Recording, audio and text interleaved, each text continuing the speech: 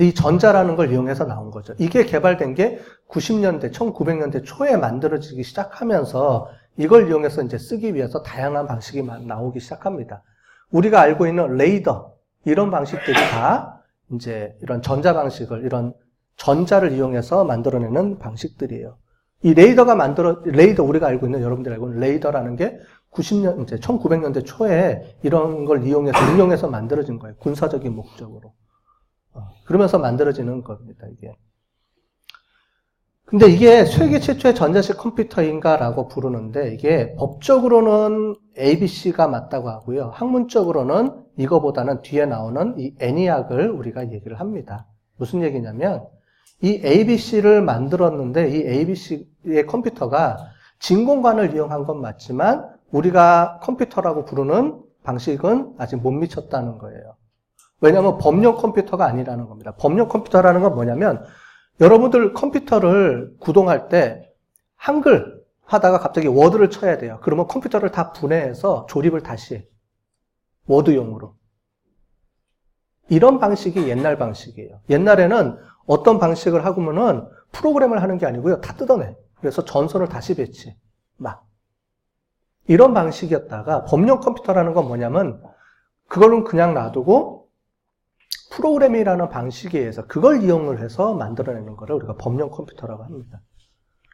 그래서 이거는 법용 컴퓨터는 아니고요. 말한 대로 이제 계산기 방식으로 나와 있고 프로그래밍이 그래서 없죠. 프로그래밍을 못하고 그 다음에 덧셈 뺄셈만 가능하고 반자동이고 이런 상태이기 때문에 단지 진공관을 이용해서 했다라는 방식을 가지고 했기 때문에 얘를 최초의 전자식 컴퓨터라고 부르는 경우가 있는데 이게 뭐냐면 이 뒤에 보면은 ENIAC이라는 거를 만든 사람이 이 ABC 컴퓨터를 만드는 이분한테 가서 그 만드는 과정을 보고 와서 자기가 만든 거예요. 그러다 보니까 법적으로 그거를 따라하지 않았느냐. 최초에 그러니까 이거를 가서 모방해서 보고 왔지 않느냐. 그걸 해서 법적으로는 그걸 인정을 해서 ABC를 최초의 컴퓨터, 전자식 컴퓨터라고는 해줬는데 실제로 우리가 학문에서 얘기하는 컴퓨터 방식, 우리가 알고 있는 컴퓨터의 개념은 이건 아니라는 거죠. 그래서 최초에 우리가 알고 있는 저장식 프로그램을 내장하고 있거나 그 다음에 이런 방식은 ENIAC을 최초의 컴퓨터로 보고 있습니다. 있기는. 이게 법적인 거냐 아니면 학문적인 거냐에 따라서 조금 틀리긴 하지만 그래요. 이때 당시에 전 세계적으로 컴퓨터 만드는 게 붐이 일어났어요. 그래서 서로 막 가면서 누가 만들었는지 보고 오기도 하고 막 서로 그 컨퍼런스를 열기도 하고 막 이러기 시작을 합니다. 그러다 보니까 이제 이걸 가지고 그 방식을 보고 왔네, 뺏겼네, 안 뺏겼네, 막 이런 얘기가 나오기 시작을 하는 거예요. 그래서 보시면 전부 다 1940년대부터 컴퓨터가 만들어지기 시작하죠. 모든 컴퓨터들이.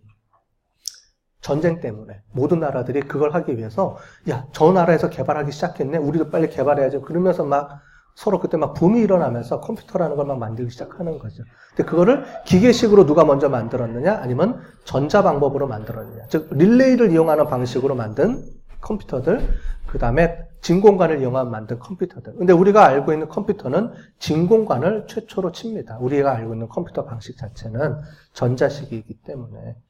그래서 그걸 가지고 이제 서로 싸우는 거예요.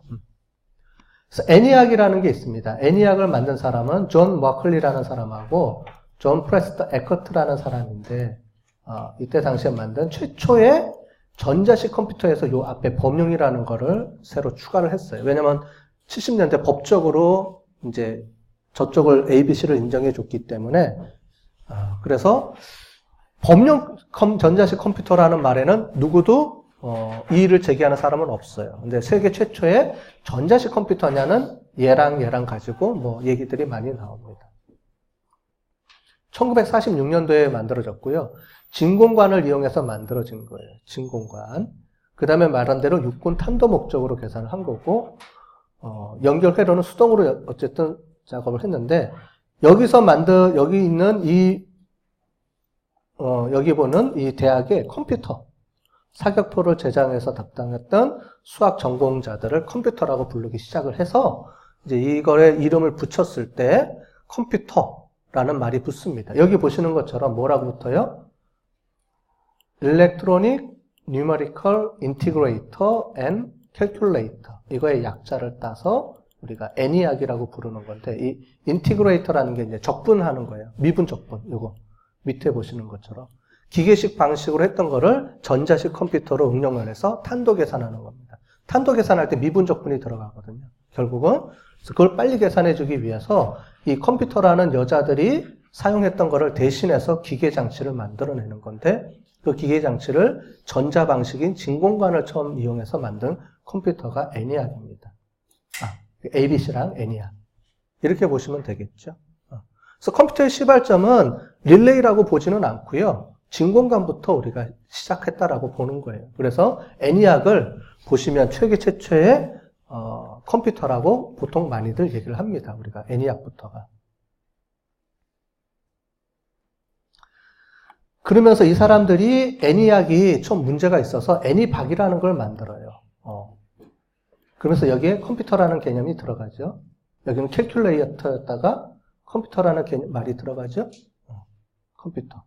그래서 애니악 후속 프로젝트로 개발이 된 건데, 여기 보면 주기억 장치하고 내장 프로그래밍 개념을 이제 만들어내기 시작합니다.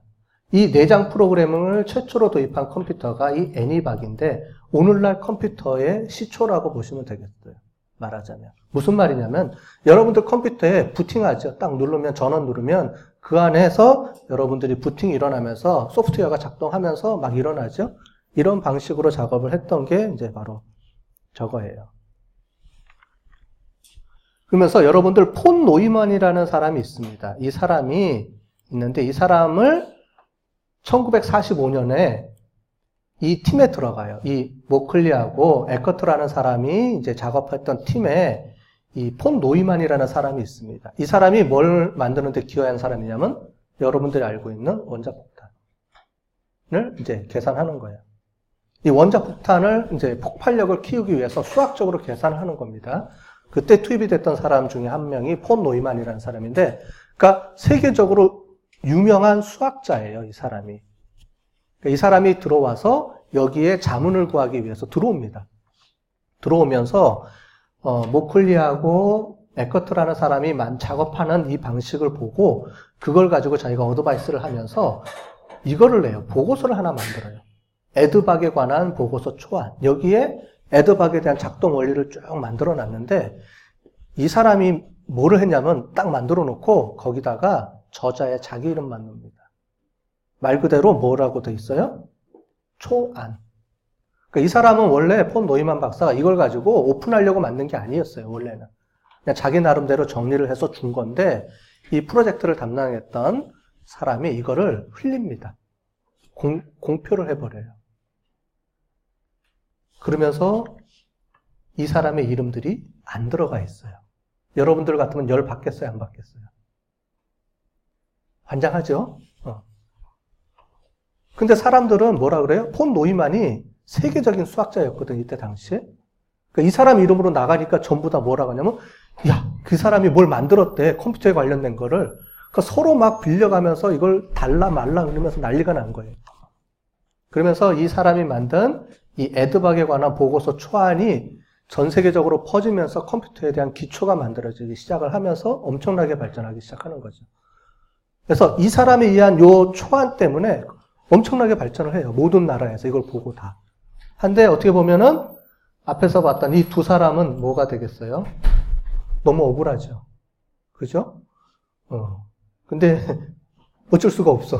이미 다 보고서가 나갔기 때문에 뒤에 와서 뭐 내가 만들었네 뭐 이렇게 주장하기도 어렵고. 그러면서 우리가 만든 컴퓨터 방식을 뭐라고 부르냐면 폰 노이만 컴퓨터라고 부릅니다. 우리가 알고 있는 PC 자체를. 왜냐하면 여기서 봤던 이런 저장 프로그래밍 방식으로 만들어냈던 거기 때문에 그래서 이 폰 노이만 컴퓨터라고 불러요. 우리가 지금 쓰고 있는 컴퓨터를 다른 말로는. 근데 이런 역사적인 히스토리가 있어요. 얼마나 안타깝습니까? 그죠? 전 세계적으로 이름을 남길 수 있는 건데, 그죠? 자기 이름이 들어갔는데, 아마 머클리 앤 에커트 컴퓨터, 이렇게 불렀어야 되는 건데, 폰 노이만 컴퓨터라고 우리가 부르고 있잖아요. 그죠? 그러니까 사람은 뭐가 있어야 돼요? 일단, 이름이 있고 봐야 돼. 이 사람들이 주장했으면 이렇게까지 안 퍼졌을 수도 있겠다라는 얘기를 많이 합니다. 오히려 폰 노임하는 사람의 이름이 들어갔기 때문에 이게 전 세계적으로 퍼진 거다. 이렇게 얘기하는 사람들도 있어요. 뭐 이게 틀렸다 맞았다가 아니고. 어쨌든 현대 이렇게 컴퓨터를 확장시킨 거에 가장 큰 역할을 한 사람이 어쨌든 이 사람들이라는 거죠. 그러면서 이 사람들이 열받아서 나갑니다. 나가서 자기 회사들을 차려요. 그렇게 해서 만든 게 EMCC라는 겁니다. 여기 보면은 에커트 자기 이름들을 땁니다. 에커트 앤 머큘리 컴퓨터에서 만들어내는데 유니박이라고 부르는 걸 컴퓨터를 만드는데 이게 세계 최초의 상업용 컴퓨터입니다. 무슨 말이냐면 여태까지 컴퓨터는 뭐를 하기 위해서 만들었어요? 다 군대 목적으로. 군대에서 탄도 계산하고 이런 목적으로 만들었다가 이때 당시에 처음으로 상업적인 목적으로 회사를 차려서 이제 만들어서 이제 판매를 하기 시작한 거예요. 그 최초의 이제 상업적 컴퓨터가 유니박이라는 겁니다. 참 파란만장하죠, 이 사람들 인생을 보면. 근데 이게 성공을 못해요. 얘는 성공했는데 뒤로 가면서 후속 모델을 성공을 못하면서 이 회사가 이제 넘어가기 시작합니다. 그러면서 이제 역사적인 뒤안길로 넘어가고, 그러면서 나중에 법적인 소송에서 ABC한테 밀리고, 이러면서 역사적인 뒤안길로 그냥 쓱 넘어가게 된 사람들이에요. 어떻게 보면. 참 안타깝죠? 그죠? 우리로 보면은. 그래서 미국 정부가 인구 센서스 조사하거나 선거 조사할 때 썼던